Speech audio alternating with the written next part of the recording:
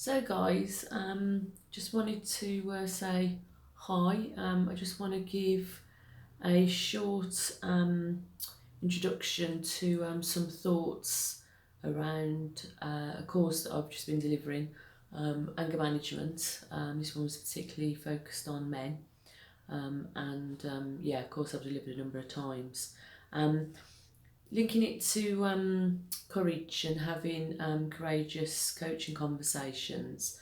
Um, One of the sort of well, a number of opportunities that I'd experienced, but one of them on the course was there was a young gentleman who, even though I'd said we were going to be doing some group work and some work on some personal scenarios, when it came to it, he actually hadn't done his personal scenario and seemed quite resistant to actually then sharing that with a couple of other people that were working together in the group. And so what I did was spoke to him away from others so that he perhaps didn't feel it was so apparent, if you like, in front of other people, and really clarified with him what his concerns were, what his perhaps fears were, what the resistance was about. And he basically sort of turned around and said that initially he didn't want to share his concerns, he didn't want to work with others, didn't think they understood him, didn't connect with them. Um, they weren't his background, his age, his culture, they had nothing in common, etc. So what I did in terms of enabling him to perhaps be a little bit more courageous about what he needed and what he wanted was I gave him a choice about the people that he perhaps was choosing to work with, because otherwise I was just going to do that randomly. So I gave him the choice.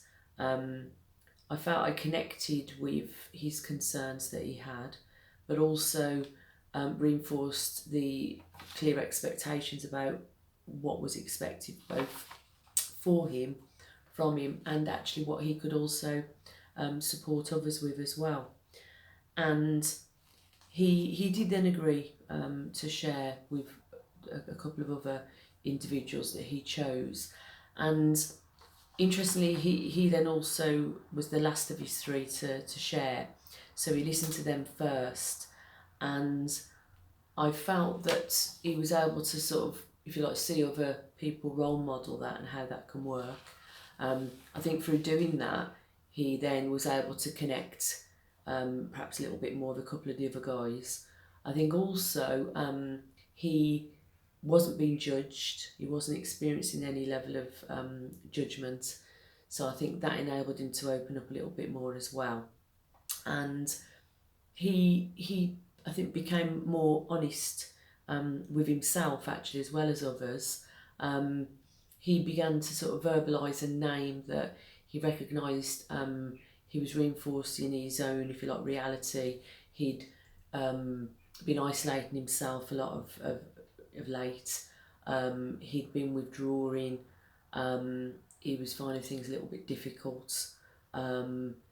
He knew that this wasn't the right thing for him. He knew it wasn't helping him, and he acknowledged that by taking the step and pushing himself a little bit out of his comfort zone, but sharing with others who he did then realise he had something in common with.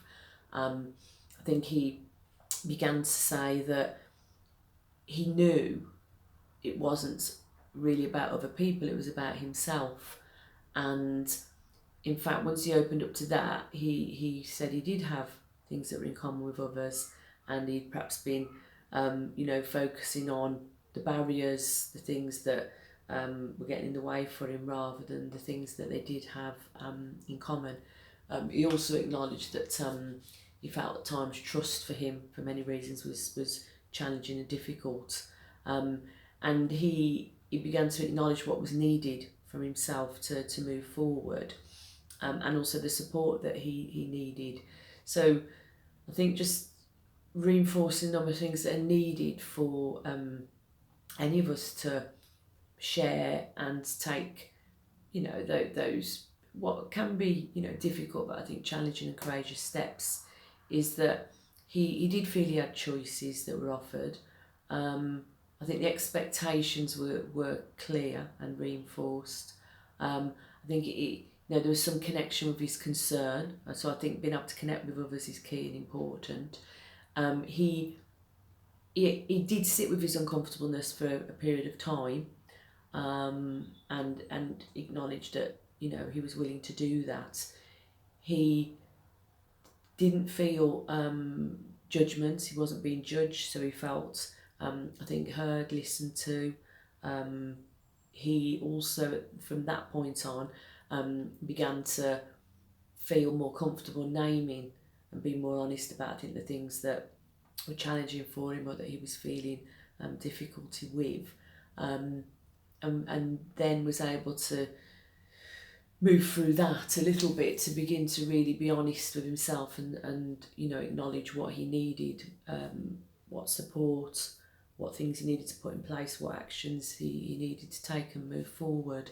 So yeah, that's my sort of piece, if you like, really, for today, to just remind ourselves of, I think, the conditions, the environment, the types of responses that all of us need to create for ourselves and for other people to enable us to be more courageous and more honest, and to be able to push through that uncomfortableness at times as well. So thank you guys for listening and watching.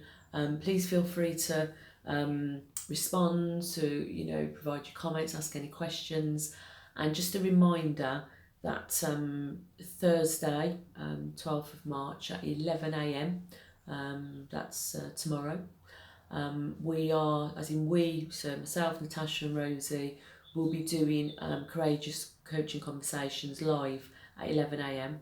We would absolutely love you to join us. Look forward to our first live and interacting with whoever turns up, whoever shows up. Yeah, so thank you, and look forward to speaking to you soon. Thanks guys, bye.